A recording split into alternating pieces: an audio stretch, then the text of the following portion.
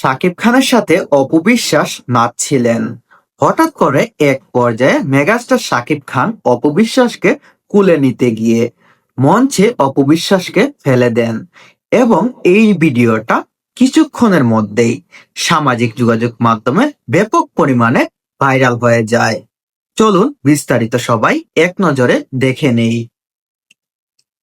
সম্প্রতি বিআইন সাহ আপনার জন্য ঢাকা থেকে ডিজে এনেছি গানের সঙ্গে নাচছিলেন নায়িকা অপু বিশ্বাস ও নায়ক নীরব। নাচের শেষ অংশে অপুকে কুলে তোলার চেষ্টা করেন নীরব। অপুকে কুলে নিতে গিয়ে মঞ্চের উপর ফেলে দেন। নীরব নিজেও পড়ে যান। আর এই দৃশ্যটি ভিডিও সহ ভাইরাল হয়ে যায় নেট দুনিয়ায়। মানে চিত্রনায়িকা অপু বিশ্বাসের সাথে স্টেজে ডান্স করছিলেন নীরব এবং সেখানে এক পর্যায়ে অপুকে কুলে নিতে গিয়ে স্টেজে ফেলে দেন তাকে এবং সাথে নীরবও পড়ে যান এবং এই ভিডিওটা সোশ্যাল মিডিয়ায় মুহূর্তের মধ্যে হুড় হুড় করে ভাইরাল হয়ে যায়। এর আগে বিষয়টি নিয়ে কথা বলেছেন নায়ক নীরব।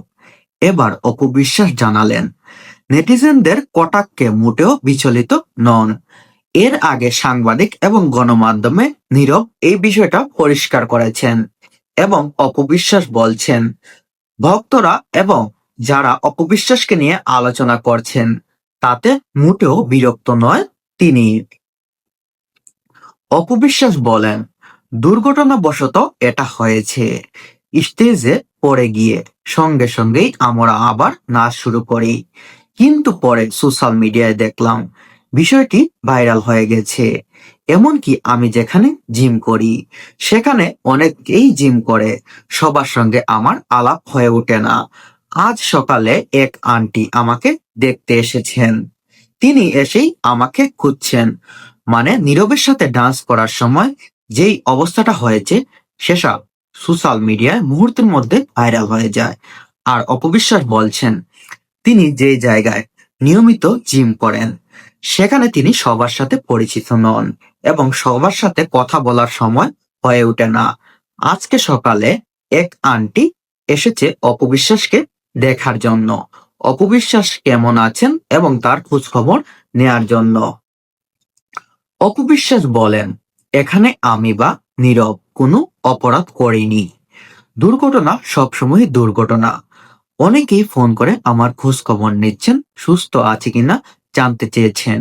এইদিকে অপবিশ্বাসের এই ঘটনার পর অনেকেই অপবিশ্বাসকে ফোন করে ওনার খোঁজ খবর নিচ্ছেন, তিনি বর্তমানে কেমন আছেন এবং তার শরীরের পরিস্থিতি কেমন সেটা জানতে চাচ্ছেন এবং দর্শকের এই ভালোবাসা দেখে তিনি খুবই মুগ্ধতা প্রকাশ করছেন।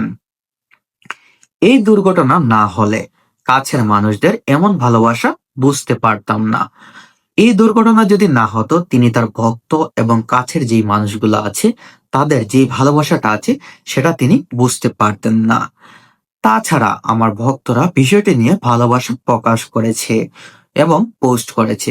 তিনি বলছেন তার যে ভক্তরা, তার যে অনুরাগীরা তার এই বিষয়টি নিয়ে সামাজিক যোগাযোগ মাধ্যমে ভালোবাসা প্রকাশ করছেন এবং তার প্রতি কৃতজ্ঞতা জানাচ্ছেন।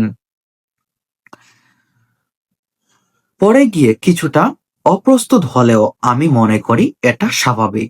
তিনি যখন নাচতে নাচতে স্টেজ থেকে নিচে পড়ে যান তখন তিনি আবার উঠে ডান্স করতে শুরু করেন এবং তিনি এটা স্বাভাবিক হিসাবেই মেনে নিয়েছেন, কারণ এইসব ঘটনা স্বাভাবিক সচরাচর হয়েই থাকে। ঈদে লাল শাড়ি সিনেমাটি মুক্তি পাবে। এছাড়া নীরবের ছায়াবৃক্ষ মুক্তির অপেক্ষায় আছে। এই ঈদে অপু বিশ্বাসের নতুন সিনেমা লাল শাড়ি এবং নীরব আহমেদের ছায়াবৃক্ষ। অপু বিশ্বাস বলেন